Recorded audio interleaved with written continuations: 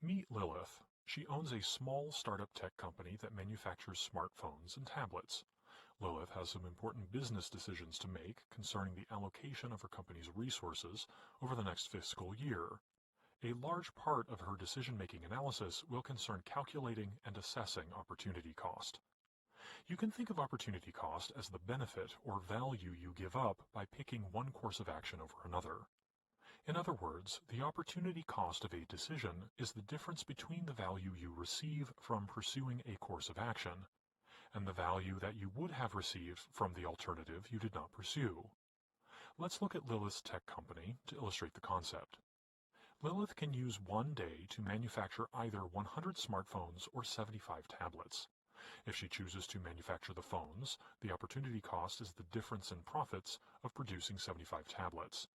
On the other hand, if she chooses to manufacture the 75 tablets, it costs her the difference in profits of manufacturing 100 smartphones. We generally want to analyze opportunity costs in terms of investment, whether it's a person or a business making that investment. We can express opportunity cost in terms of a return or profit on investment by using the following mathematical formula. Opportunity cost equals return on most profitable investment choice minus return on investment chosen to pursue.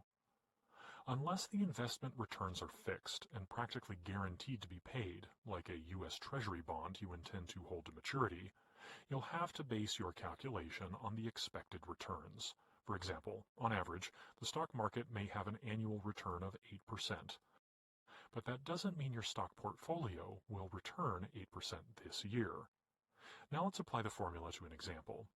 Lilith's company has a 10% return when it sells smartphones, but an 18% return when it sells tablets. Let's plug in the numbers and see what happens. Opportunity cost equals return on most profitable investment choice minus return on investment chosen to pursue.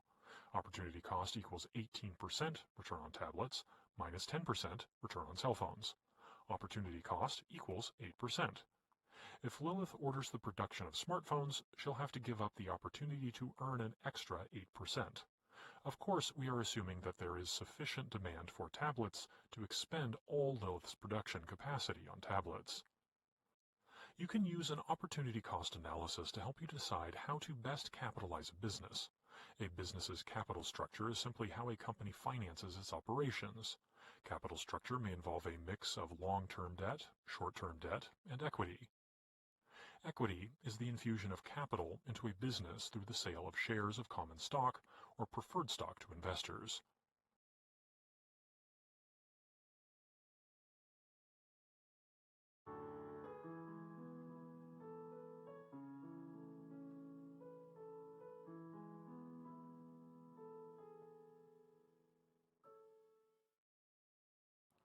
In this lecture, we're going to be discussing the economic problem.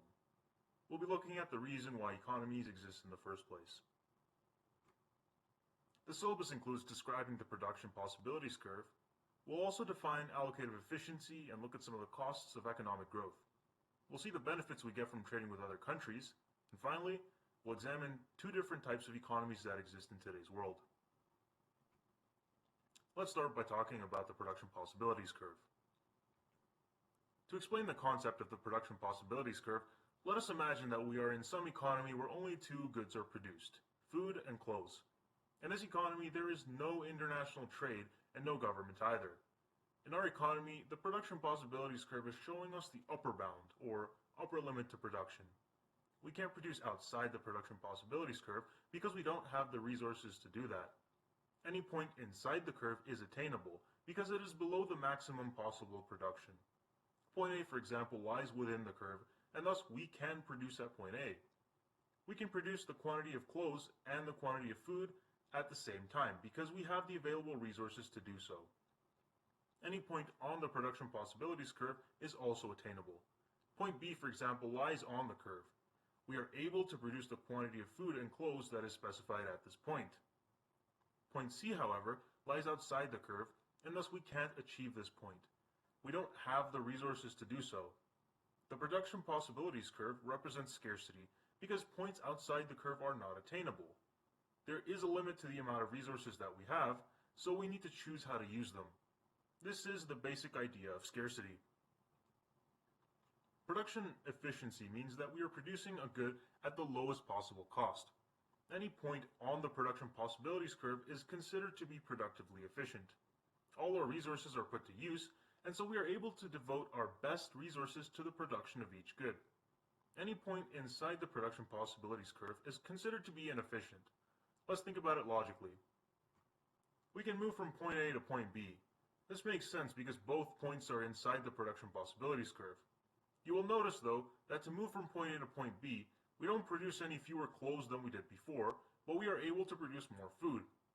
This means that we had extra resources that we weren't using before. Resource use wasn't efficient because all our resources weren't being used. Thus, we couldn't have had productive efficiency at point A. Keep in mind that point B is still within the curve. Even it is still an inefficient combination of production of food and clothes. If point B were on the curve, then it would be considered efficient.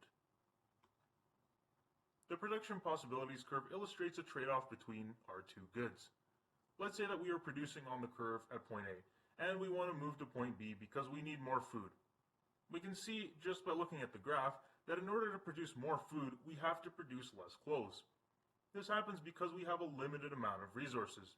If you remember from a previous lecture, the resources in an economy are land, labor, capital, and entrepreneurship.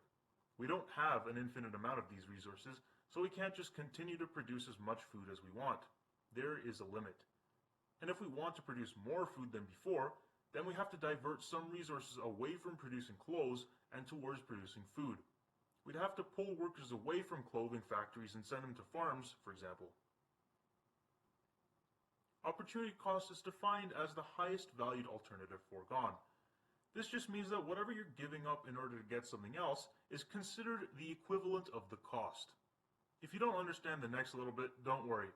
I'll clear up any confusion with an example. Just bear with me. Opportunity cost is seen as a ratio. It is the decrease in the quantity produced of one good divided by the increase in the quantity produced of the other good as we move along the curve. Because this is a ratio we're talking about, the opportunity cost of producing more clothes in terms of food is simply the reciprocal of the opportunity cost of producing more food in terms of clothes. Like I said, just bear with me, this will all make sense in a minute. We can see that the opportunity cost of producing a good increases as the quantity of that good being produced increases. This is seen as the curve steepens. The logical reasoning behind this is because not all resources are equally productive in producing each good. If I ask a chef to start working in a clothes factory, he may not be able to produce as many clothes as a seamstress. Now to clear up any confusion, let's take a look at a concrete example. Let's say we start at point A and want to move to point B.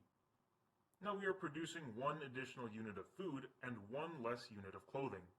The opportunity cost, as we defined before, is the decrease in the quantity produced of one good divided by the increase in the quantity produced of the other good. So this would be equal to 1 over 1. The opportunity cost of producing one unit of food as we move from point A to point B is 1 unit of clothing. Now let's say that we move from point B to point C. Well, now we have to give up 10 units of clothing to produce one more unit of food. The opportunity cost here would be 10 over 1. This illustrates the fact that in order to produce more food, we have to start giving up even more clothes than before. If we want to go from point C to point B, the opportunity cost would be 1 over 10 units of food. This is the reciprocal of the opportunity cost. So now you know that graphs can be used to illustrate an individual's choices. What about the choices facing a society? Well, who makes decisions on behalf of society? The government. What kinds of things does our government provide for us? Well, they provide things like roads, education, national defense, our justice system, research, unemployment benefits. The government's trying to do an awful lot of things for us all the time. In a sense, the government is just like us. They're trying to fulfill this many needs with this many resources. So, how do I tell this story using a graph? First, I want to narrow down the categories of things that the government tries to provide to 2. Why only 2? Oh yeah, I can only draw 2. Okay, let's say that our society has 2 categories of goods and services, military things like national defense, anti-terrorism programs, etc., and civilian, which might include roads, parks, or low-income support. You, as the economic analyst, have no say in what the society should do with its resources, but you can examine what we could do. If society takes every bit of its resources, all the land, all the labor, all the capital, and all the entrepreneurial ability, and puts it into the production of military goods and services, let's say that we can produce 5,000 units of military output. But this leaves no resources to produce civilian goods, so we would have 0 units of civilian output. Note that I'm not making any judgment as to whether this is a good idea or a bad idea, just that it's a possible choice that can be made. What if you want to consider having some roads or schools or parks? Let's say that you're considering building 1,000 units of civilian goods, maybe 1,000 schools or 1,000 miles of road. Where will the resources to produce 1,000 units of civilian goods come from? That's right. You'd have to take the resources away from military production, so that military must decrease, let's say to 4,800 units. What's that? You think I've made some kind of a mistake? How could I possibly gain 1,000 units of civilian goods and only sacrifice, or have an opportunity cost of, 200 units of military goods? Well, consider this. What if civilian represents elementary schools and military is stealth bombers? Which one do you think takes up more resources? There's no reason why there would have to be a one-for-one trade-off. In fact, it would be unrealistic and restrictive to assume this. Okay, so what if I want more civilian goods, 2,000 schools or 2,000 miles of road? Then what? Yep, we would have to shift more resources away from military production, so that now civilian is 2,000, but military is only 4,500. This time you're sure I've made a mistake? How could I have sacrificed only 200 military initially, but now I'm giving up 300 military? No mistake. Instead of constant opportunity cost, as we had with the grades example, we now have increasing opportunity cost, where our sacrifice will just keep getting bigger and bigger. A PPC that shows increasing opportunity cost is actually much more representative of how the world works. It happens when resources are not as perfectly well suited for one type of production as the other. I'll come back to this in another video segment. Following this pattern of increasing opportunity cost, let's complete the table. To get 3,000 civilian goods, you drop to 4,000 military. To get 4,000 civilian, you drop to 3,300 military. To get 5,000 civilian, you drop to 2,000 military. And if you use every bit of society's resources for civilian output, you'll have 6,000 units of civilian goods, but not have any resources left for military production.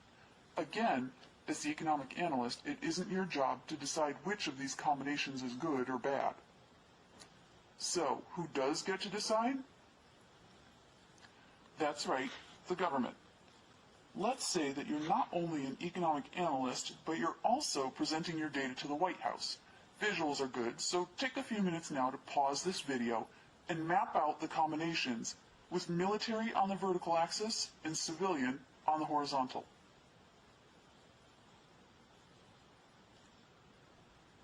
Hopefully, yours looks something like this. Again, it illustrates the inverse relationship between military and civilian production. The bowed-out shape shows the increasing opportunity cost. You bring your charts and figures and explain to the President, Mr. or Mrs. President, this is the production possibilities curve, sometimes referred to as the production possibilities frontier, since it shows the outer limit of what can be produced with our current resources. What point will the President pick? Right again, it depends. Depends on what? Well, it could be any number of factors. Political ideology could determine where the President would pick. Your typical or average Republican, if there is such a thing, tends to lean more toward military. This is classic Reagan behavior. Democrats are often viewed as spenders, more on social programs closer to the civilian axis. Could be world events. In the early 1990s, after the fall of the Berlin Wall and the Soviet Union, We moved away from the military axis, but after 9/11, we moved toward the military axis. So the president thinks it over carefully and finally says, I choose point H. What do you tell the president? Hopefully, you're making your response respectful because after all, this is the president. So how about something like, oh, I'm sorry, Mr. or Mrs. President, but perhaps I've miscommunicated something to you. This line, the production possibilities curve, represents the outer boundary of what we can produce right now, even if we use all of the available resources. To which the president responds, ah yes, you did make a mistake, but I see now. I choose point I. What do you tell the president? Well, Mr. or Mrs. President, you certainly could choose point I, but then we would have resources going to waste. In particular, you might point out that unused resources are unemployed resources. More specifically, unemployed labor makes for unhappy voters. That usually works with politicians. The point is that while you, the economic analyst, do the positive analysis, ultimately the government decides where we should produce, the normative analysis. You demonstrate the possible outcomes, and it's up to the policymakers to make the final choice.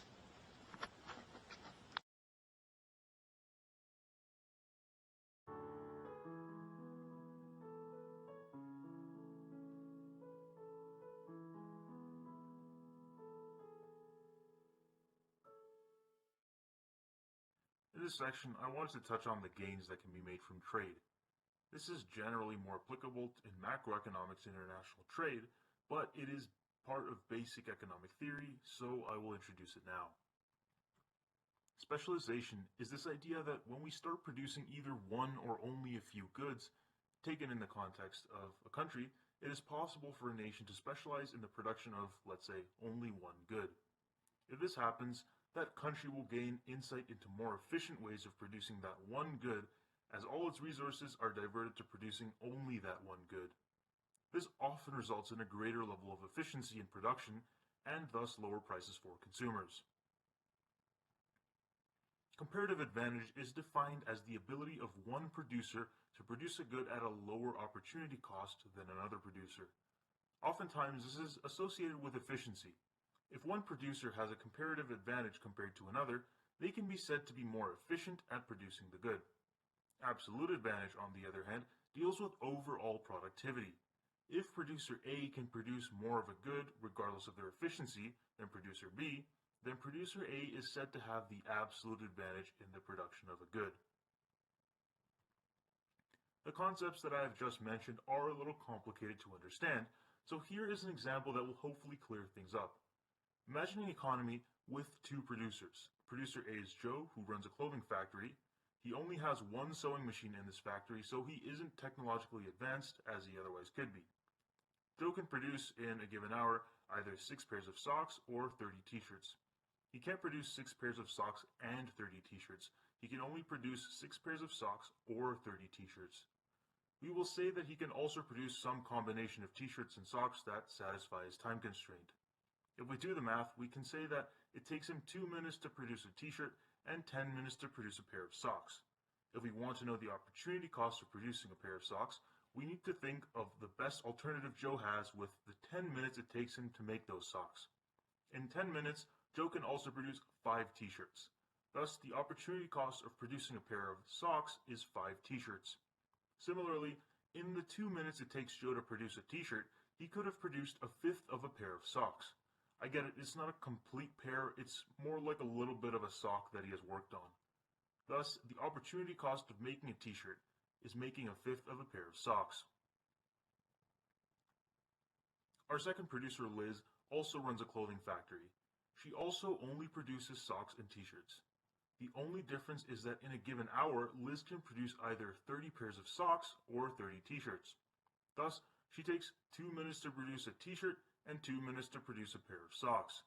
Thus, she could either use 2 minutes to produce 1 t-shirt or 1 pair of socks. Thus, her opportunity cost of producing a t-shirt is a pair of socks, and her opportunity cost of producing a pair of socks is 1 t-shirt.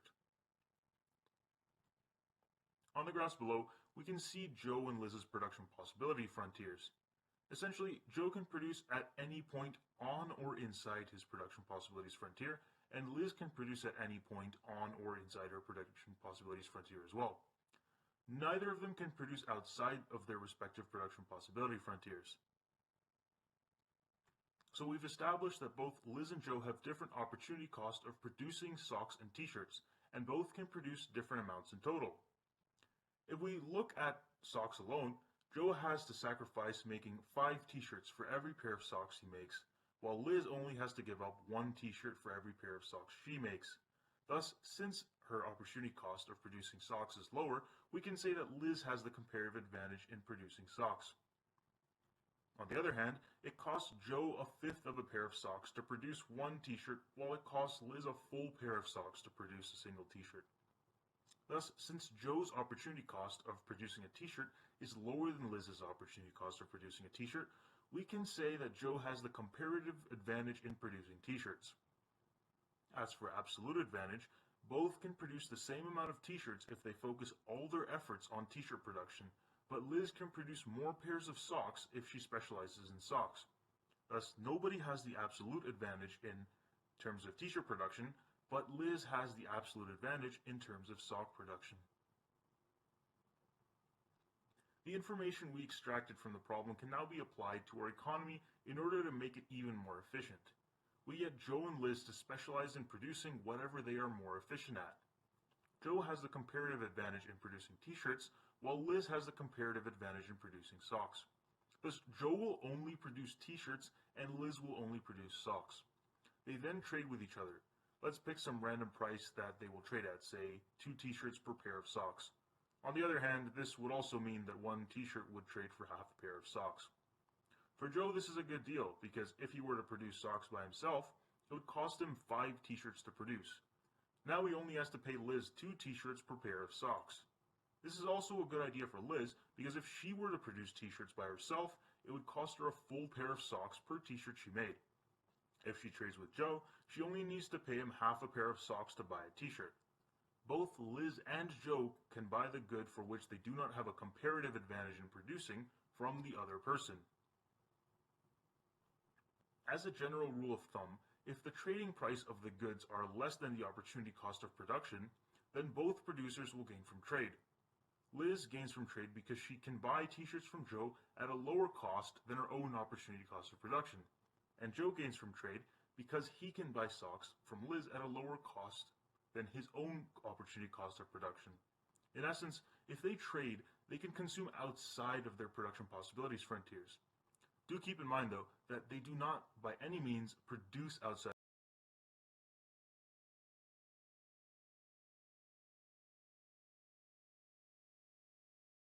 Meet Lilith. She owns a small startup tech company that manufactures smartphones and tablets. Lilith has some important business decisions to make concerning the allocation of her company's resources over the next fiscal year. A large part of her decision-making analysis will concern calculating and assessing opportunity cost. You can think of opportunity cost as the benefit or value you give up by picking one course of action over another. In other words, the opportunity cost of a decision is the difference between the value you receive from pursuing a course of action and the value that you would have received from the alternative you did not pursue. Let's look at Lilith's tech company to illustrate the concept. Lilith can use one day to manufacture either 100 smartphones or 75 tablets. If she chooses to manufacture the phones, the opportunity cost is the difference in profits of producing 75 tablets. On the other hand, if she chooses to manufacture the 75 tablets, it costs her the difference in profits of manufacturing 100 smartphones. We generally want to analyze opportunity costs in terms of investment, whether it's a person or a business making that investment. We can express opportunity cost in terms of a return or profit on investment by using the following mathematical formula. Opportunity cost equals return on most profitable investment choice minus return on investment chosen to pursue. Unless the investment returns are fixed and practically guaranteed to be paid, like a U.S. Treasury bond you intend to hold to maturity, you'll have to base your calculation on the expected returns For example, on average, the stock market may have an annual return of 8%. But that doesn't mean your stock portfolio will return 8% this year. Now let's apply the formula to an example. Lilith's company has a 10% return when it sells smartphones, but an 18% return when it sells tablets. Let's plug in the numbers and see what happens. Opportunity cost equals return on most profitable investment choice minus return on investment chosen to pursue. Opportunity cost equals 18% return on tablets minus 10% return on cell phones. Opportunity cost equals 8%. If Lilith orders the production of smartphones, she'll have to give up the opportunity to earn an extra 8%. Of course, we are assuming that there is sufficient demand for tablets to expend all Lilith's production capacity on tablets. You can use an opportunity cost analysis to help you decide how to best capitalize a business. A business's capital structure is simply how a company finances its operations. Capital structure may involve a mix of long-term debt, short-term debt, and equity. Equity is the infusion of capital into a business through the sale of shares of common stock or preferred stock. Whole societal scenario where the production possibilities curve or production possibilities frontier is fixed and the choice will be some point on that fixed curve stems from the original assumption that the resources are fixed. Just as a quick recap, what are the categories of resources? Remember, land is any natural resource, labor is any human service, capital, which is not money, is machinery and equipment, and the last category is entrepreneurial ability, where the entrepreneur is someone who, 1, recognizes a profit opportunity, 2, is willing to accept risk, and 3, is able to organize the other resources.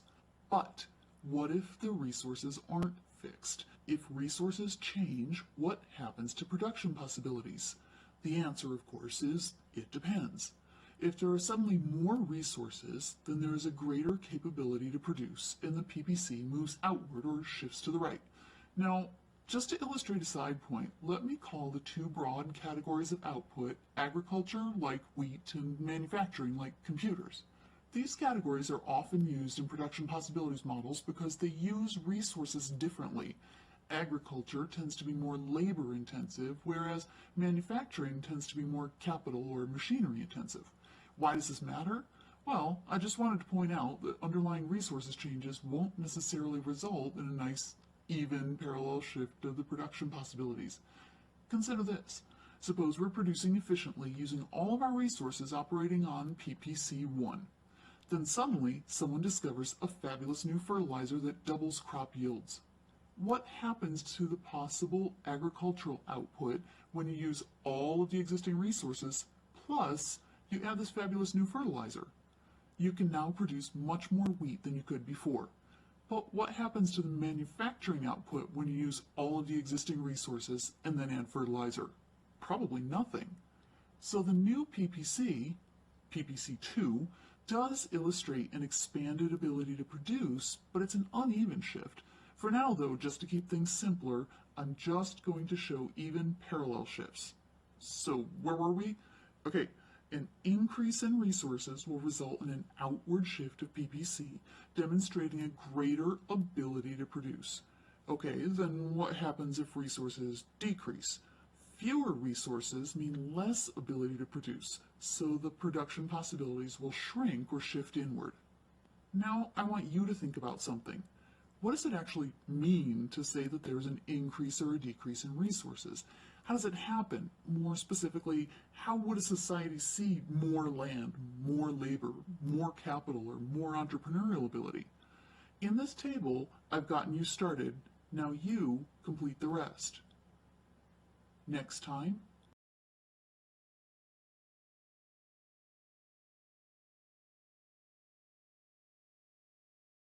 Let's say that you're the owner of a small restaurant and are trying to figure out how to get more food out of your tiny kitchen. You happen to have an expert chef, and you know that as long as your kitchen can cook it, your customers will buy it. As a result, you figure that if one chef is a good thing, 2 chefs could be an even better thing. Suddenly your output doubles.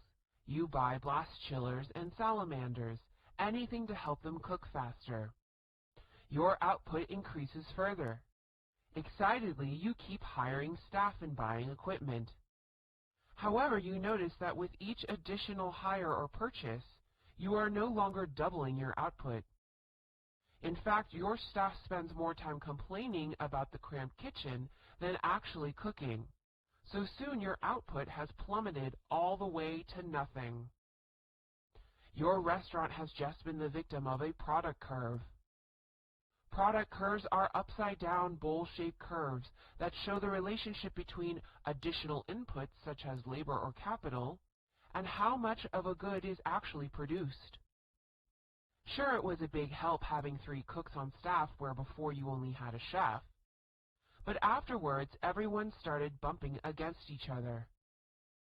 Likewise, having more than just a stove and a refrigerator was a big help, until you had so many appliances that you couldn't use them all at the same time. Companies of all sizes face this sort of problem, and part of the goal of increasing efficiency is to extend that initial rise for as long as possible. Of course, most restaurant owners never make it to the point that they are unable to produce anything. In fact, long before, they would have run out of money. Now imagine having to chart the costs of all those new appliances and that big new staff. You may be selling everything that you are making, but now you have to pay for an increasingly large staff. Think about it like this. In a kitchen, only the people who cook the food actually produce a product. The wait staff, janitors, hostess, and managers all exist to support them. However, those employees all cost money. And the more of them that are hired, the more money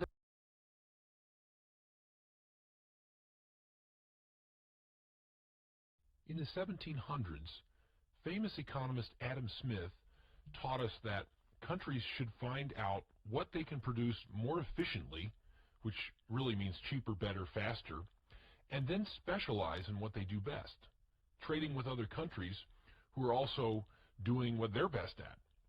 For example, let's say you're entering the job market and you're evaluating your options for a career. At the same time, your neighbor, Bob, is also evaluating his options. Now, you have an absolute advantage over Bob in baking cakes. Whether it's chocolate cake, vanilla cake, or pineapple upside-down cake, if both of you bake the same cakes side by side, you'd be the one who could bake 3 times as many cakes in an hour as he could. You're really good at baking cakes, and certainly better than Bob is, who's struggling to get the first cake rolling. Between the two of you, you are the best at it. And in economics, we say that you have an absolute advantage over your neighbor when you can produce a good more efficiently in the same amount of time. When we take the same concept and apply it to the world economy, we find that some countries have an absolute advantage at producing goods. Why is that? Because resources tend to be different in different countries. One country is rich in oil, while another country has an abundance of coconuts. And when resources are different, it tends to create absolute advantages.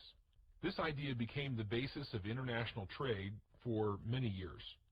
If everyone exports what they're best at, then most countries will be better off because they'll be able to produce and sell more, and they'll have access to a lot more goods and services that other countries produce more efficiently than they do.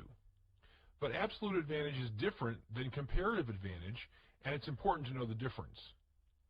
Another famous economist, David Ricardo, saw the great ideas that Adam Smith had about absolute advantage, but also saw some limitations. For example, if everyone simply does what they're best at and trades with the rest of the world, it is possible that some countries aren't best at anything, or at least maybe they haven't discovered it yet. David Ricardo would look at the same career example that we just talked about between you and your neighbor and notice something very important. He would notice that not only are you better than your neighbor at baking cakes, but you have the skill to be a rocket scientist as well. And in order for you to choose a career as a cake boss, designing incredible, enormous cakes for weddings and special events, you'd have to give up or sacrifice the opportunity to pursue an even more profitable career, starting a company that designs rockets that take people into space for short vacations, let's say. Economist David Ricardo taught us about opportunity cost, which is what you have to give up in order to make a choice.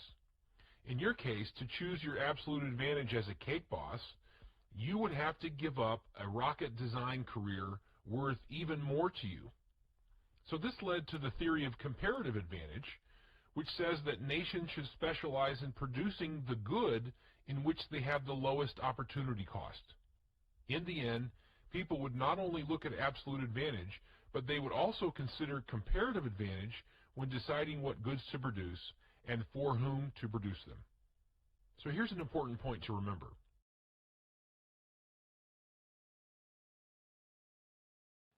Let's talk about the basic foundation of economics.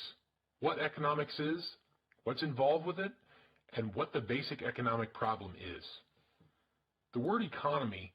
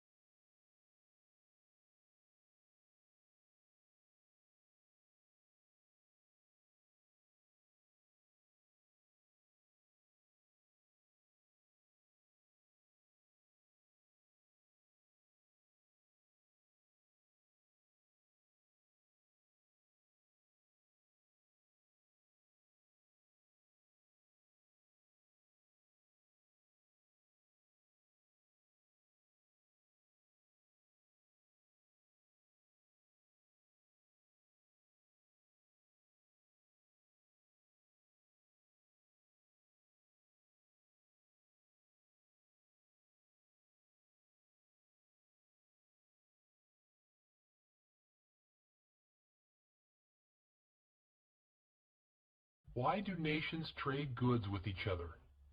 Nations exchange goods with each other when they expect to gain from the exchange. We call that gains from trade. Adam Smith, a famous economist from the 18th century, talked about this in his book, Wealth of Nations, and so did economist David Ricardo. The theory of comparative advantage teaches us that nations should specialize in the production of the goods in which they have the lowest opportunity cost and trade with other nations. The reason this works is because nations tend to have different resources and they're not equally efficient when they're producing goods, which means that they have different opportunity costs. When they have different opportunity costs of producing goods, it is possible to gain from trading. When both nations trade, they both will experience an increase in output, because they don't have to switch between one task and another. They also increase their skill level because they're doing the same task over and over again. This makes them more productive and empowers them to produce at a level that goes beyond their production possibilities curve. For example, let's say that the United States can produce more strawberries with the same amount of resources than Canada can. This means the U.S. has an absolute advantage in the production of strawberries. Now, my first thought about that would be the U.S. should definitely specialize in strawberries because in this example, they're the best at it. But my perspective is nearsighted because I'm not accounting for the concept of opportunity cost, which shows me what the U.S. would have to give up in order to specialize.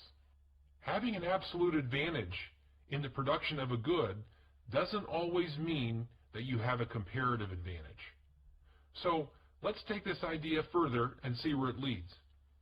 The U.S. can produce 20 strawberries or 80 apples, while Canada can produce 15 strawberries or 5 apples. That means that the opportunity cost to the United States of producing one strawberry is 80 divided by 20 or 4 apples.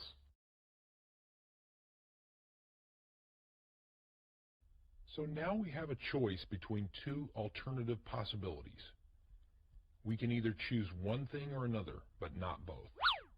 For example, we could choose to spend our time knitting or walking, but not both. How do we know what the best economical choice is? By calculating the opportunity cost of each choice. Opportunity cost is a relative concept, which means that you're finding out how much of one thing you can produce in comparison to another thing. For example, if the two goods you're interested in are rice and wheat, then the opportunity cost of producing rice will always be in terms of wheat, and the opportunity cost of producing wheat will always be in terms of rice. The opportunity cost of choosing one possibility is the value of the possibility you gave up. It's what you sacrificed. It's not what you chose, but it's the next best alternative. Let's look at how to calculate opportunity cost using land as an example. In country A, we can use the same amount of scarce resources to produce two things, but we can only choose one thing at a time to produce. Let's say the two things we produce are corn and beef. We can use land to either produce corn or produce beef. The next thing we need to know in order to calculate opportunity cost is how much corn could we produce compared to how much beef we could produce. And remember that we're using the same amount of resources, so this kind of a problem really is going to give us the basis for comparing two alternative choices. Let's say that in country A, we can either produce 50 tons of corn, or as an alternative, we can produce 25 tons of beef. This is our trade-off between producing these two things. Now we have all the information we need to calculate opportunity cost. But we need to know which opportunity costs we're trying to measure based on which possibility we want to choose. Let's start by looking at it from the corn perspective. The opportunity cost of producing 50 tons of corn is equal to how many tons of beef we could have produced, which of course is 25 tons. Therefore, the opportunity cost is found by solving this equation. 50 tons of corn equals 25 tons of beef. What we really want to know is how much beef we could have produced if we chose to produce 1 ton of corn. But the question gave us 50 tons. To reduce this equation down, we divide each side by 25.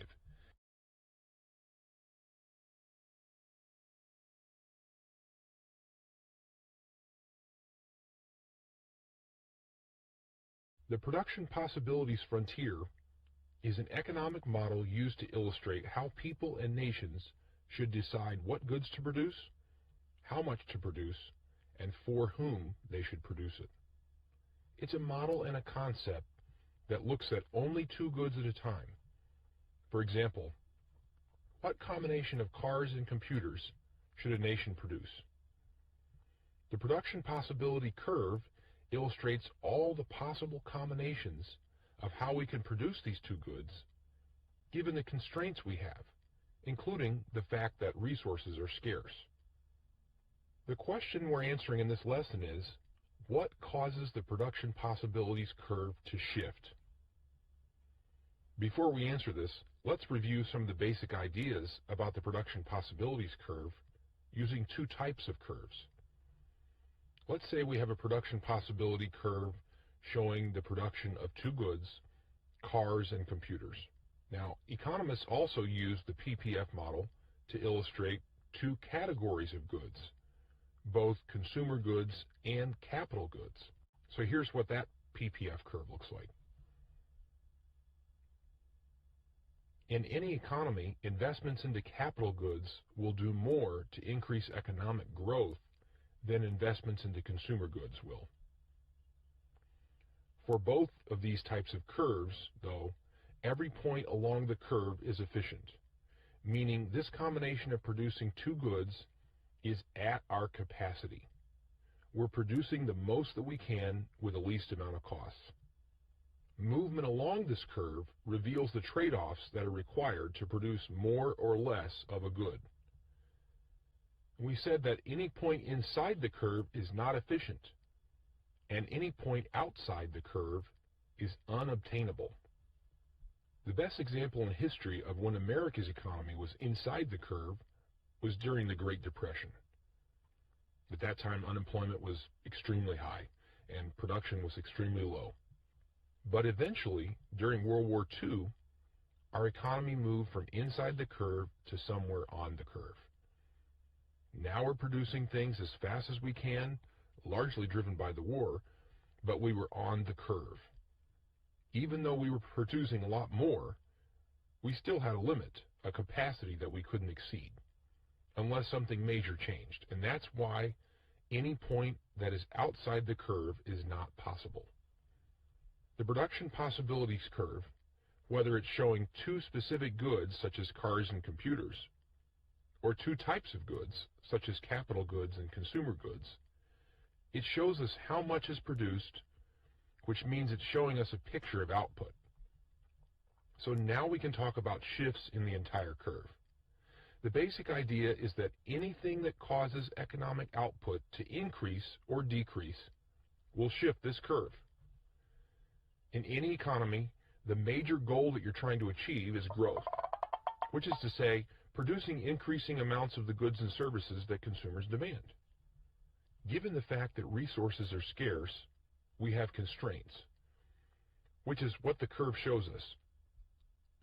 When the economy grows and all other things remain constant, we can produce more. So this will cause a shift in the production possibilities curve outward or to the right. If the economy were to shrink, then of course the curve would.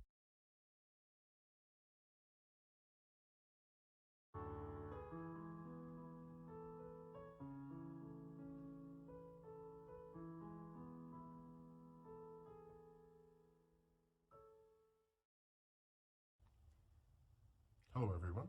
So today we are going to look at an example of how to solve for absolute and comparative advantage. Now let's say there are two countries, the US and Canada, and there are just two products that they produce, that each country produce, wheat and barley. Now we want to see what technology is there for US and Canada. So let's say for US,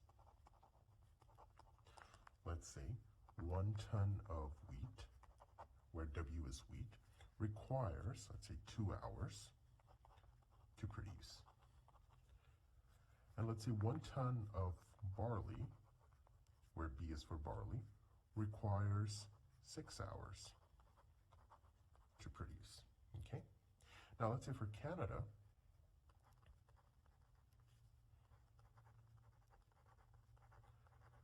let's say we have 1 ton of wheat requires, let's say, 5 hours to produce, and 1 ton of barley, where B is for barley, requires 10 hours to produce. Now we want to know which country has an absolute advantage in the production of wheat and the absolute advantage in the production of barley. And we also want to know which country has a comparative advantage in the production of wheat and barley. So in this case, let's look at the US first.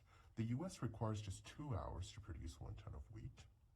Now, if we compare it with Canada, to produce 1 ton of wheat, Canada requires 5 hours. So the US needs fewer hours to produce the same amount of wheat when compared to Canada. On the other hand, if we look at barley, the US requires the same thing, a fewer number of hours compared to Canada to produce the same ton of barley.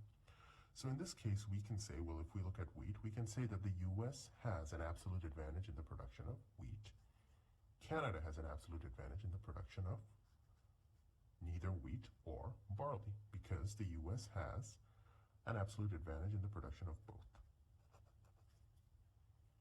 So if we write it, we will write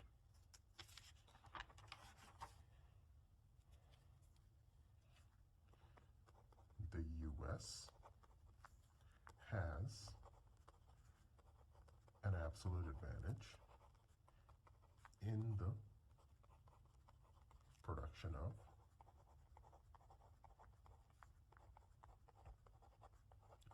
both wheat and barley. Now let's go back and let's see, all right, well, what happens for comparative advantage now? So first we need to calculate the opportunity cost before we go for comparative advantage. Now let's look at this for the US. If the US needs 2 hours to produce 1 ton of wheat and 6 hours in order to produce 1 ton of barley, now let's think about what will happen if the US gives up the production of 1 ton of barley. If that happens, then the US frees up 6 hours. So 1 ton of barley frees up 6 hours. So it gives me 6 extra hours of time. Now, with that 6 hours, how many tons of wheat can I produce? Well, for the US, if each ton of wheat requires 2 hours, then in 6 hours I can produce 3 tons of wheat. So, instead of producing 1 ton of barley, I could produce 3 tons of wheat in the US. So, or 3 tons of wheat. If we look at Canada, if I give up 1 ton of barley in Canada, I free up 10 hours. I'll just write that H here. With that 10 hours, how many tons of wheat can I produce? I can produce, well, 1 ton of wheat requires 5 hours, so in 10 hours I can produce 2 tons of wheat. So in this case, if we go back, if we now write down the opportunity cost, so Canada's opportunity cost is 1 ton of barley or 2 ton of wheat. For the US, it is 1 ton of barley or 3 tons of wheat. Okay, now if we are comparing these, let's now think about, instead of wheat, let's consider them to be dollar amounts. So if I'm shopping for barley, it's cheaper for me to get barley from Canada, because if we think about, instead of wheat in dollar amounts, it costs $2 to buy 1 ton of barley in Canada, but it costs $3 to buy 1 ton of barley in the US. So it's cheaper for me to get barley from Canada, or Canada has to give up fewer tons of wheat to get 1 ton of barley. Our US has a comparative advantage in the production of wheat. So we can write then, Canada has a comparative advantage in barley. US has a comparative advantage in wheat.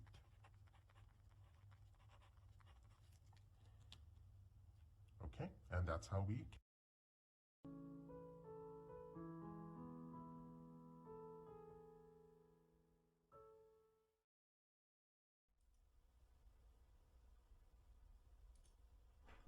Alright guys, so like I said, these videos that I'm going to be posting here to Canvas are really just an opportunity for you to go back over stuff that we did in class, maybe something you didn't get the first time around, or maybe it's a way for you to review before the test. But I want to use this as an opportunity for you to make sure you understand the material. You know, if you're absent for a day too, that's another great opportunity to use these. And just so you know, I kind of combine a couple different topics in each video, and so feel free to be clicking around and click through the video to get to the part that you need to see. And not only that, there's practice problems throughout it as well, so be checking those out, pause the video, work through them, and get some more practice with what we talk about. And so this first video, what we've been talking about is production possibilities curves and opportunity costs. And so I want to go through and talk a little bit about those. So in class we used the example where we said that, you know, you get home from the end of the day and you have 6 hours, and you can either do your homework or you can watch Netflix. And so we have a similar example here. Let's say you're baking, and you can either bake brownies or you can bake cake. Now, a few rules we want to make sure we abide by throughout this. Remember, you're making one or the other. Let's say you only have room in your stove for just in your oven for just one. You know, we consider both to be productive uses of our time. It's just that we're doing one or the other at a time. Our resources are fixed as well. You know, you only have one oven. You only have so many pans for baking, whatever it might be. And so what this might look like in terms of different points that we might achieve is, let's say we focus all of our attention on making cakes throughout the day. Well, then we could make 5 cakes, but if we're putting all our attention in making cakes, we wouldn't be able to make any brownies. Now on the flip side, maybe we focused all of our time on making brownies, and if that was the case, we wouldn't be able to make any cakes. Now, we could split our time up, and maybe we spend some time making brownies, some time making cakes. We could do that, and we have all these different options throughout our day. So if we were to go ahead and graph what this might look like, we have cake here on our y, brownies here on our x-axis. If we were to graph these points, and you know, point A goes right there, B, C, D, E, F. These show our different options that we had seen in our chart above. And what we do then is we connect these dots, and once we connect these dots, we have this curve, and we call this curve our production possibilities curve. You might also see this sometimes called your production possibilities frontier. Either way, just know it means the same thing. What is the purpose of this? Well, it shows us our possible points of production. If we were to use our resources efficiently, how could we produce? What are our different options where we're being fully efficient with our resources? And that's what that line represents. Now, maybe I said to you, hey, I want to be able to produce today. I want to make 5 cakes and 2 brownies. Like at this point out here, 5 cakes and 2 batches of brownies. And what we might do is look at this and say, well, this is beyond our production possibilities frontier. This is beyond us using our resources fully efficiently. And so what we would say is that this point out here is impossible. Why is it impossible? Well, we don't have enough resources. Our resources are too scarce. Remember, we said we have a limited amount of resources, but we have unlimited wants and needs. And so because of that issue, what we see then is that we have to make decisions, and this is a decision that we're not able to achieve because of scarcity. So anything outside of this line is considered to be impossible. Now, if there's a point inside of the line, maybe during the day I produced 3 batches of brownies and 1 cake. We see this is inside of the line. I didn't quite achieve hitting my production possibilities curve, and so what we say is that I was inefficient. Anything inside of the line, we're not using the resources to the best of our ability, and therefore we're being inefficient. We're not fully using our resources. Now, a few rules I just want to make sure that we abide by as we go through and work with our production possibilities curve. One thing to always keep in mind is that our resources are fixed, both in quality and in quantity. We'll talk a little bit more about this a little bit later in the unit, but just know that our resources are fixed, quantity and quality. We only have you know, so much land, so much labor with which we're working. Also know that anytime we're along that production possibilities curve, we're saying that our resources are being used efficiently. So we're using them to the best of our abilities along that curve. And finally, at any time, if we're using these resources, we're using them for one or the other, the production of one good or the other. So this is a time I want to stop and kind of talk about this term Tinstaffel. This is an acronym which means there's no such thing as a free lunch. When we look at this, you know, it's this idea that you might get something for free, and you say to you that it's free, but if we keep it in mind in terms of the whole economy, it's not necessarily free, and the reason it's not is because somebody's always paying in some way. And this might not only happen with, say you win a free lunch from a restaurant, but also in terms of your life. Something might seem free to you, but oftentimes the payment for this comes by having to give something else up. And we call this opportunity cost. So by definition here, we have our opportunity cost, and an easy way to define this is just that it's the value of our next best option. Or another way, an easy way I like to think about it is it's what we have to give up. In order to achieve something, what do we have to give up? What do we have to give up to get that? And so if we go back to our example with the brownies and cakes here, we have our production possibilities curve, and we said that, hey, at any point, if we wanted to start making one more batch of brownies, what would be our opportunity cost? What would we have to give up in order to do so? And so let's say we started at this point where we were producing 5 cakes and 0 batches of brownies. If we were right here, we wanted to move up to producing 1 batch of brownies. Well, I couldn't just go straight over here because remember, that's outside of our curve. That's impossible. And so in order to stay along that line and use our resources fully efficiently, I would have to give up the production of 1 cake. And so we would say that 1 cake would be our opportunity cost. If we wanted to produce another batch of brownies, what would that cost us? Well, it would cost us the production of 1 cake. So we have a few more examples here. Why don't you guys go ahead and pause the video and take some time to work through these and make sure you understand how to find the opportunity cost. All right, so let's go ahead and work through these problems. If we wanted to start by making 2 more cakes, what is our opportunity cost? So just at any point, if we wanted to produce 2 more cakes, so maybe we wanted to move from the production of 1 cake up to the production of 3 cakes. And so maybe we were here at point E, producing 4 batches of brownies and 1 cake, but we wanted to start making 2 more cakes. Well, again, we wouldn't be able to just go straight up and start making 2 more cakes and be at a point out here, because that's impossible for us to achieve with our given resources. So if we slide along our production possibilities curve to producing 2 more cakes, what we would find out is in order to do that, we would have to drop from 4 batches of brownies down to 2. And so our opportunity cost would be 2 batches of brownies. If we wanted to move from point C to point F, so if we're going from C down to F, what would be our opportunity cost?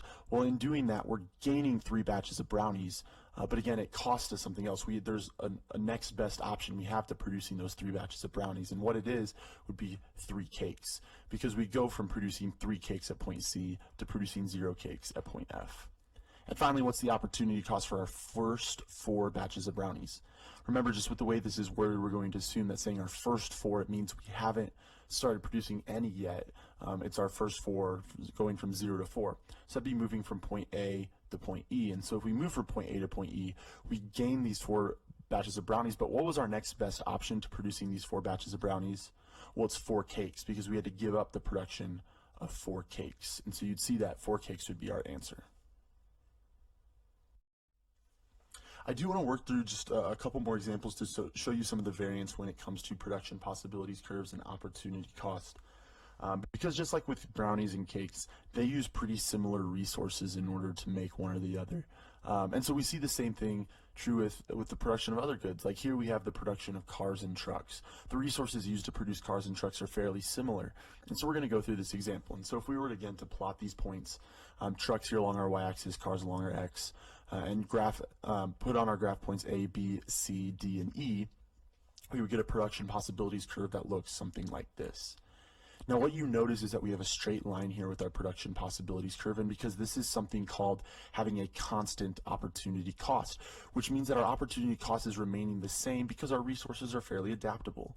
In order to produce cars and trucks, you need about the same resources. You need some sort of assembly line for vehicles or whatever it might be. The labor is pretty similar. There might be slight differences, but for the most part, we use pretty much the same resources. And so therefore, our opportunity cost is constant. You can see every single time that we go through this and that we add 6 cars, we have to give up the production of 4 trucks. Add 6 cars, drop 4 trucks, add 6 cars, drop 4 trucks. The opportunity cost is remaining constant throughout. But we don't always see that this is the case. The reason this is because the resources, again, are essentially the same to produce those. But that's not always the case within an economy.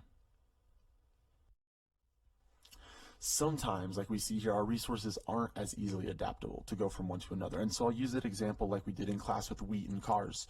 the resources to produce each of these are not necessarily very adaptable. We would really have to switch up our production in doing this. And so maybe what we would see is that at point A, we're right here. If we graph out all those points, we would have a production possibilities curve that's actually bowed out.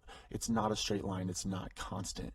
What we actually find is that we have an increasing opportunity cost. And what that means is that for every single car that we increase, our opportunity cost is going up in terms of wheat. That car is costing us more and more wheat each time.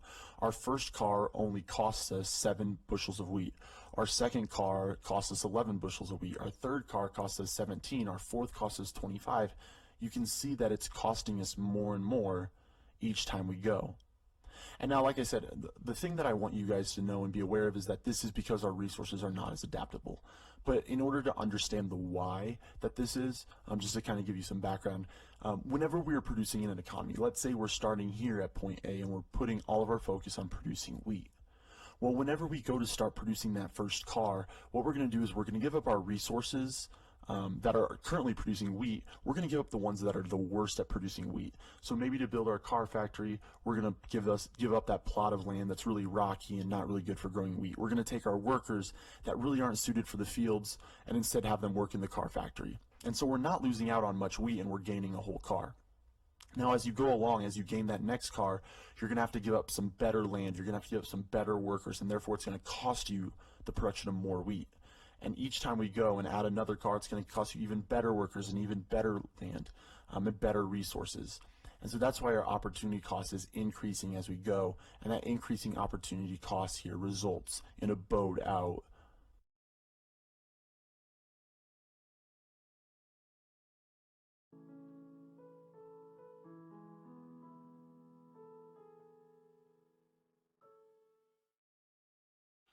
What would you do if you showed up to your first day of a new class and you found that there were 16 classmates joining you, but there were only 6 chairs in the room?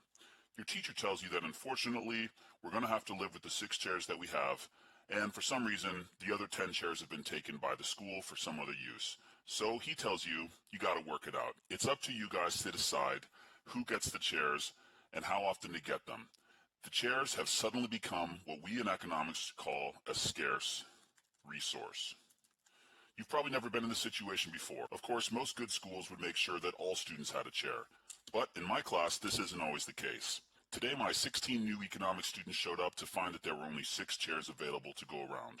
Was this for real, or was this some sort of lesson in economics that they just didn't realize that they were experiencing?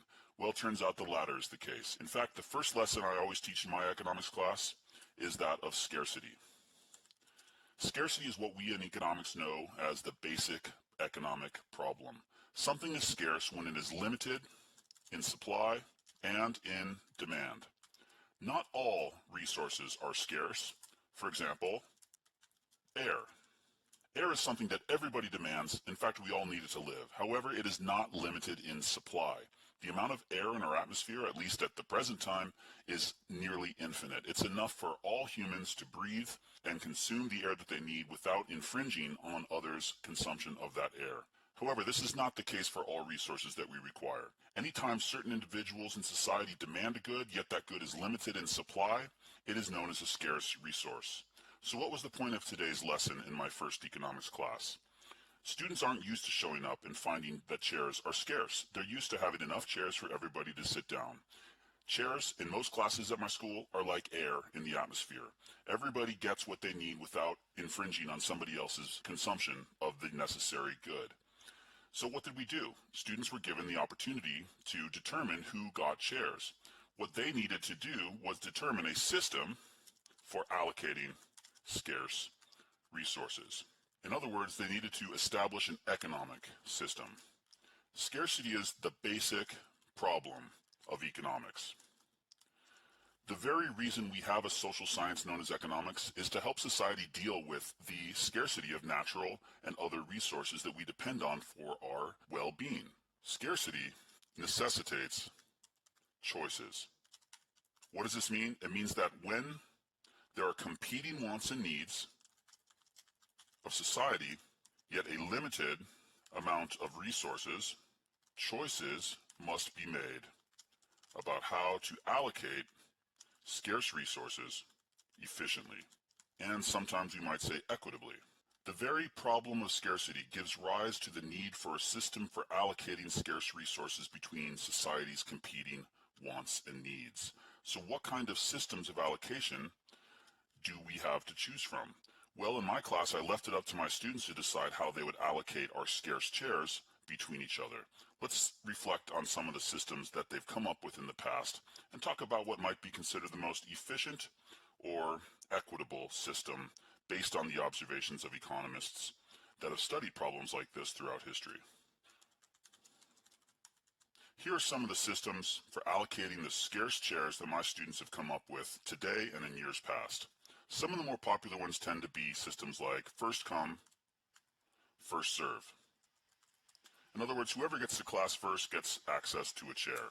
Other systems that have been proposed are oldest first. In other words, seniority.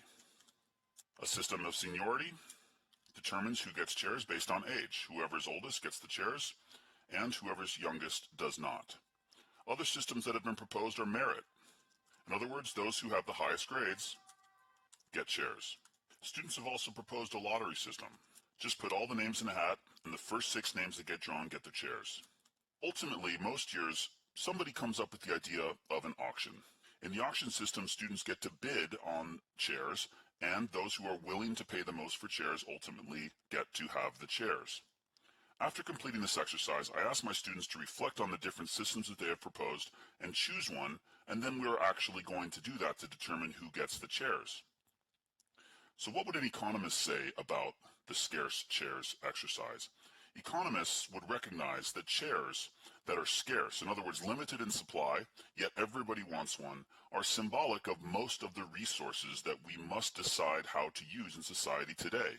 Mineral resources, water resources, other natural resources such as those derived from the forest. Labor resources are also scarce. People themselves are a scarce resource. Skilled labor, low-skilled labor, if they were not scarce, if resources and labor were not scarce, then there wouldn't be a price attached to them. Teachers are scarce, therefore we get paid to teach. Factory workers are scarce, therefore they get paid to work in the factory. Oil is scarce, therefore oil companies get paid when they extract the resource from the earth and sell it to the end users. Scarcity is the basic problem on which the study of economics is based. Economics studies the allocation of society's scarce resources between its competing wants and needs. Economic systems, some of which we have brainstormed in my class, and some of which we didn't even begin to touch on, provide society with the tools to determine who gets what resources and how they are allocated between society's different wants and needs. In the rest of our study of economics, we're basically going to be building on this problem of scarcity. What we'll look at is the different systems that have been developed and implemented over time for allocating scarce resources between society's wants and needs. We'll use different tools, including models, graphs, diagrams, formulas, mathematics, to understand how society's scarce resources can be most efficiently and in some cases equitably or fairly distributed between those in society who need and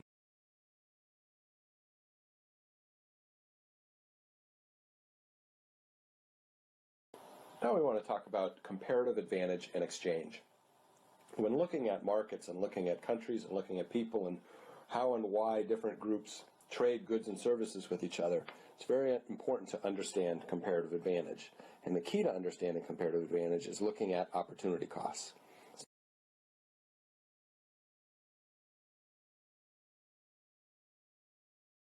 Of opportunity cost. It's one of the most important things you can learn about in an economics class.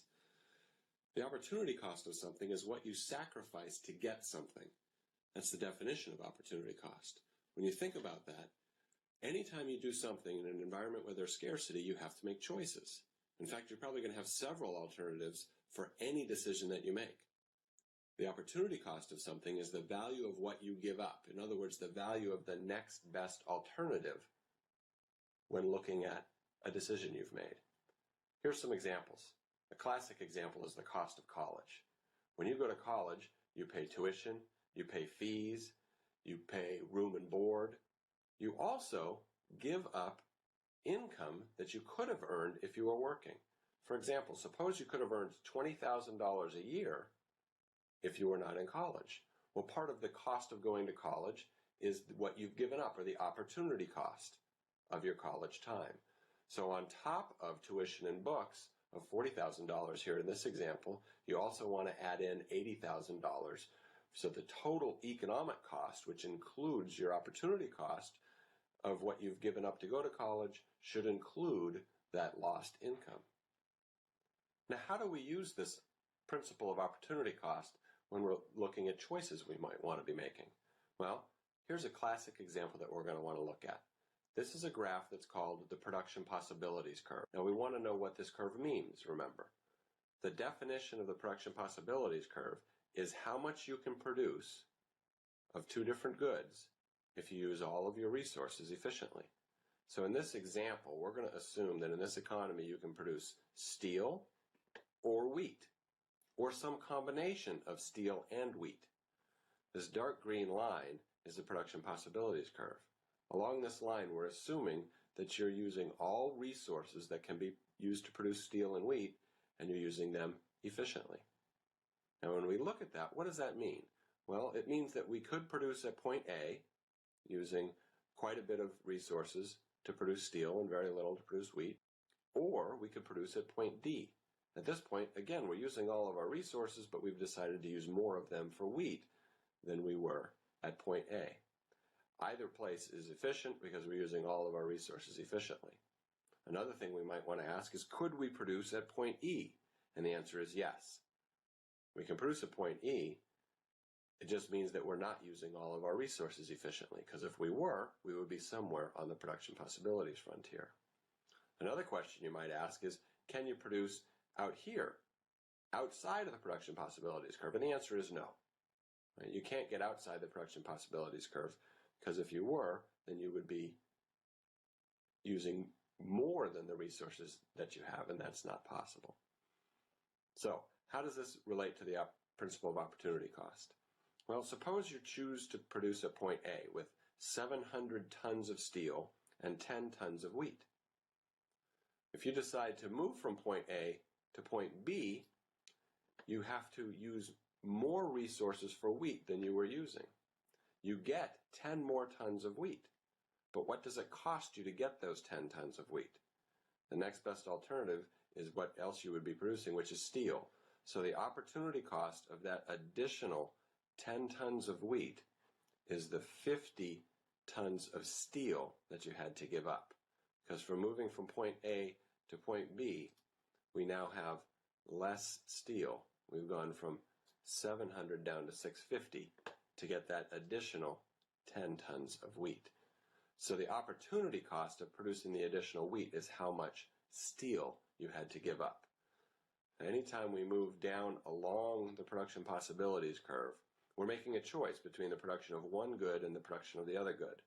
So the opportunity cost is represented by what is given up to get the additional amount.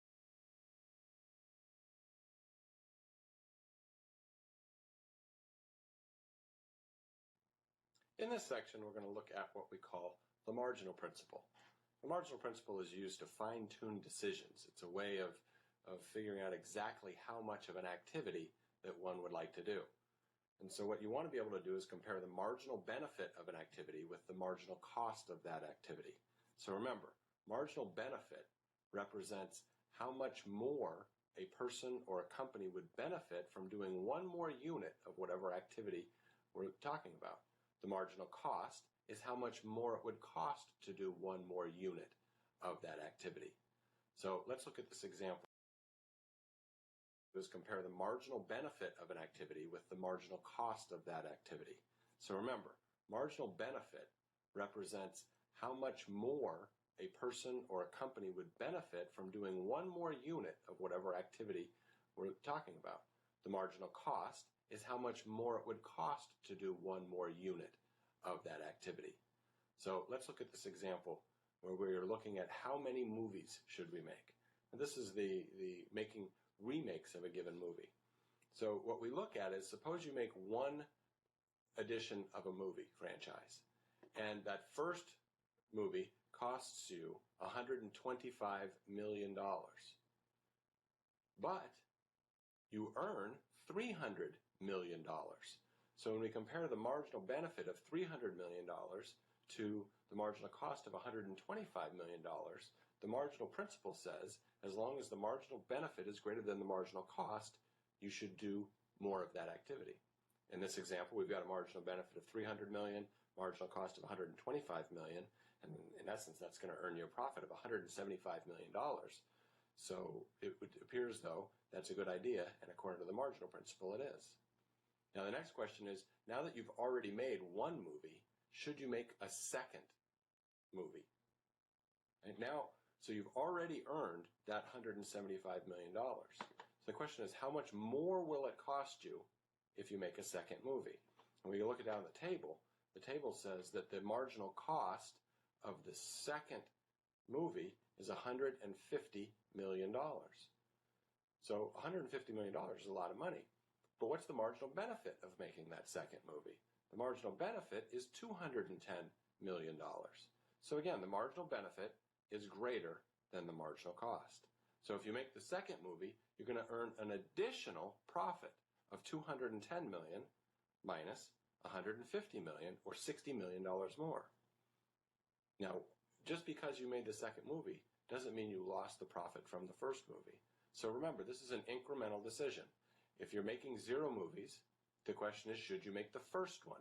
And the answer depends on whether the marginal benefit is greater than the marginal cost. And in this example, it is. Now you're making 1 movie. Should you make the second one? So again, look at the marginal benefit. Here it's $210 million. Compare it to the marginal cost of $150 million. And again, marginal benefit greater than marginal cost. So you're going to earn more economic profit by making the second movie. So in the first movie, you made $175 million in economic profit. The next movie, you make another $60 million in economic profit. And now you have to answer the question, now that I'm making 2 movies, should I make a third movie? Same analysis. Compare the marginal benefit to the marginal cost. We can see the marginal cost of this third version of this movie is $175 million. The marginal benefit of this third movie is $135 million. So it's going to cost you another $175 million, and it will earn you another $135 million. So if you already have made 2 movies and you're deciding whether to make the third one, you should see that the marginal cost is greater than the marginal benefit, and thus you should not do it. The marginal principle says anytime the marginal benefit is greater than the marginal cost, you should increase the number of units of that activity. If the marginal benefit is less than the marginal cost, you should decrease it. Ideally, you'll get to a point where the level of the activity is where marginal benefit equals marginal cost. In this example, we can't do that because we can't make 2 2/3 of a movie. So we would choose to make 2 movies. But in many instances, you can get right up to where marginal benefit equals marginal cost, and that's the optimum amount of an activity to do.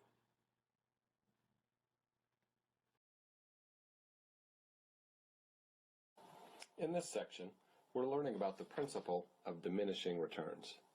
When we look at diminishing returns, what we're saying is, anytime you're producing a good or a service with 1 or more input, if you hold one of those inputs constant and increase the amount of the other input, output will increase, but it will increase at a decreasing rate.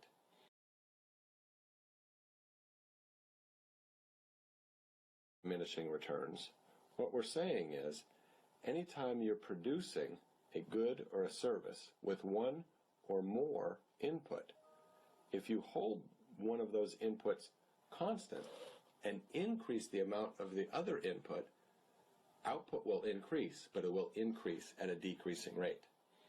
We can see that here in this example. Suppose we're producing corn, and one of our inputs is fertilizer. Well, as we add fertilizer to the production of corn, we're going to see the output of corn going up. But as we can see, what we're looking at is a fixed amount of land. So how much corn per acre do we get? Well, with 0 bags of fertilizer, we get 85 bushels of corn per acre. If we increase the amount of nitrogen fertilizer from 0 bags to 1 bag, we get an increase in bushels of corn per acre from 85 to 120. So we can see there's an increase of 120 minus 85, which is 35 bushels of corn per acre. If we go from 1 bag of fertilizer to 2 bags, we have another increase. It goes from 120 up to 135. This is an increase of only 15. So we can see that while output is rising, it's rising at a decreasing rate. The initial increase here is an increase of 35 bushels. Now we've got an increase of 15 bushels from the first to the second. If we look at the increase from the second to the third bags, our increase is only going to be 9 bushels of corn per acre. And then when we move from the third to the fourth, we can see that there's an increase of output, but the increase is only 3 bushels of corn per acre.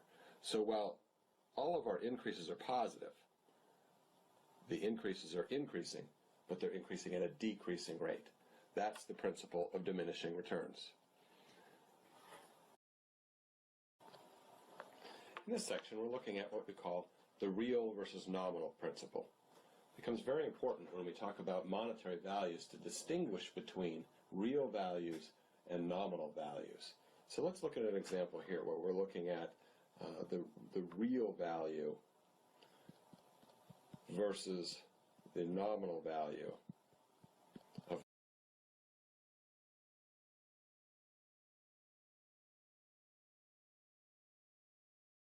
where we're looking at the real value versus the nominal value of money. We really want to be careful when we look at dollar values to distinguish between real and nominal values. Here's an example of the real value of the minimum wage. If we compare values from 1974 to values in 2011, we can get some insight into what the differences between real and nominal values are. Here's the example. Let's look at the minimum wage paid in the two different years. In 1974, the minimum wage was $2. In 2011, the minimum wage was $7.25. Now, the nominal value of something is the actual dollar value. So the nominal value of the real wage in 1974 was $2. The nominal value in 2011 was $7.25, which is better. In nominal value, this is clearly higher. This is $7.25 versus $2. But which would you rather have? And now this is a question that you want to be able to answer. Anyone could say that $100 in 2011 is not worth as much as $100 in 1911. Now that's the basic difference between real and nominal values. Why is it that $100 in 1911 would be more than $100 in 2011? Because it buys more. It's worth more. That's the real value. The real value of a dollar is how much it is able to buy you. Here's how we might be able to compare them. Let's look back at 1974. 1974, the real minimum wage, the nominal minimum wage was $2 per hour. Weekly income from the minimum wage was $80. If you worked 40 hours and earned $2 an hour, you'd get $80. But in 1974, prices were such that the cost of a standard basket of goods was $47. So how many baskets of goods could you buy if you worked for a week? If you worked for a week, you could earn $80. Each basket of good cost you $47. So for a 1 week's work, you could buy 1.7 baskets of goods. Now let's look at 2011. The nominal minimum wage is $7.25. But prices were higher in 2011 than they were in 1974. So much higher that that same basket of goods cost $225 instead of $47. So if you worked 40 hours in a week, earning $7.25 per hour, you'd get $290. That $290 would buy you 1.29 baskets of goods because the price of the basket of goods was now $225. So let's look at the real value of the minimum wage. In 1974, the nominal minimum wage was $2. but it could buy you 1.7 baskets of goods if you worked a 40-hour week and earned $80. In 2011, working 40 hours, earning $7.25, could buy you 1.29 baskets of goods. So even though the nominal minimum wage was lower in 1974 than it was in 2011, 40 hours worth of work earning that nominal wage could earn you 1.7 baskets of goods in 1974 and only 1.29 baskets of goods in 2011.